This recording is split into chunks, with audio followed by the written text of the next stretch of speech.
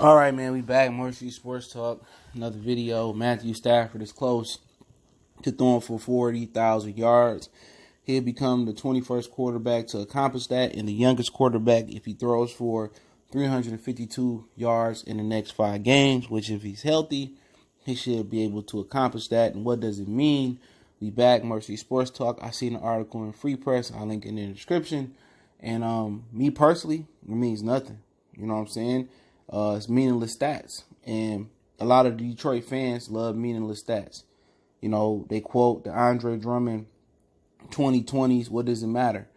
You know, if you're not throwing yards and throwing touchdowns in the playoffs and winning playoff games, it don't matter.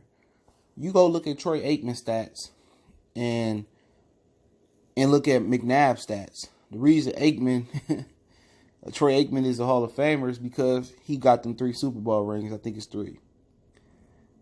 If Matthew Stafford get 1 ring, and I said it the other day in the parody reaction video I did, that means more than 1,000 rings winning that in Detroit.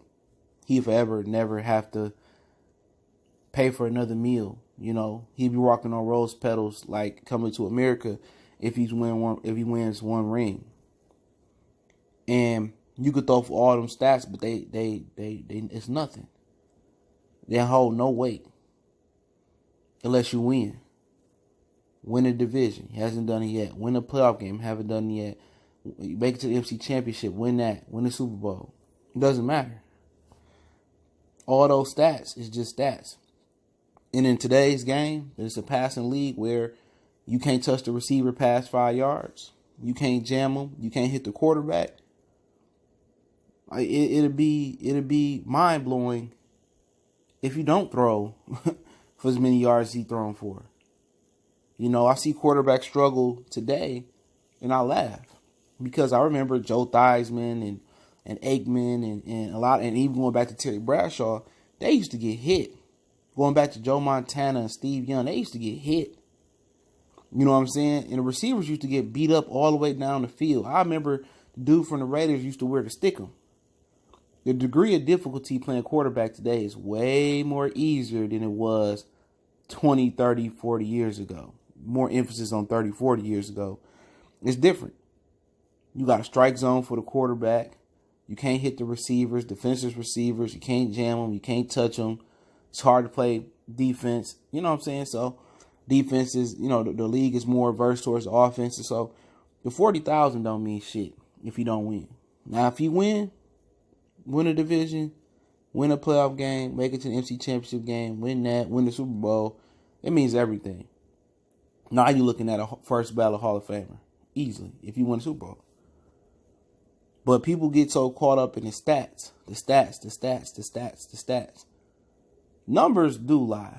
You know what I'm saying? Numbers don't tell you how a game went. You watch a game and a guy, like if you watch Dak Prescott last week versus Green Bay, he threw for 400 yards and, you know, 3 interceptions and maybe 2 touchdowns, whatever it was. That wasn't no great game. You know what I'm saying? Even though an interception or 2 wasn't on him, but he missed a lot of throws. He should have had 3 touchdowns if he would have threw the ball not off his back foot and accurately to Cooper down the sideline. Numbers always don't indicate how good the game goes or how good a person is. Sometimes when it's the most important time to get 40,000 yards, most of those 40,000 yards or some of them, and winning time in a crunch or in a meaningful game, come on, you're not getting the 2020s like Andre Drummond, or you're not throwing for 352 yards and 4 touchdowns like Matthew Stafford did. If it's a meaningless game and you're not winning, or when it's time to win in the playoffs, or when it's time to win, you know, going to Green Bay, or it's time to win when the division on line, you're not balling out, they don't mean nothing. If you got the record versus winning teams that Stafford got, those 40,000 don't mean nothing. You have to do it when it counts.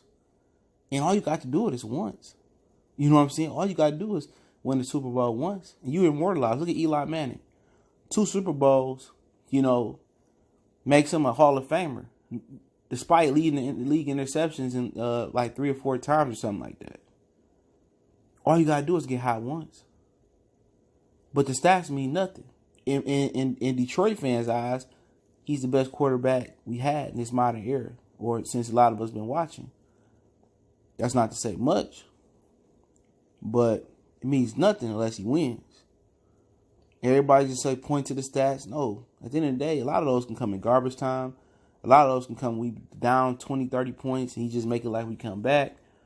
He has to do it when it matters. He has to make the big time throws when it matters. So, that's just my whole thing on it. All you got to do is win once. That's it.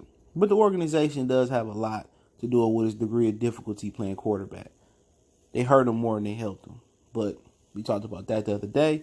Smart Street Sports Talk. Don't forget me on Facebook, Instagram, Twitter.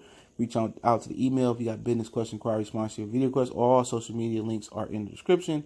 Don't forget to check out the channel, Goodfellas Sports TV. Hit that subscribe button, bell icon button, share the video. Want to make a donation? Just share the video. Let me know what you guys think about the video. We gone.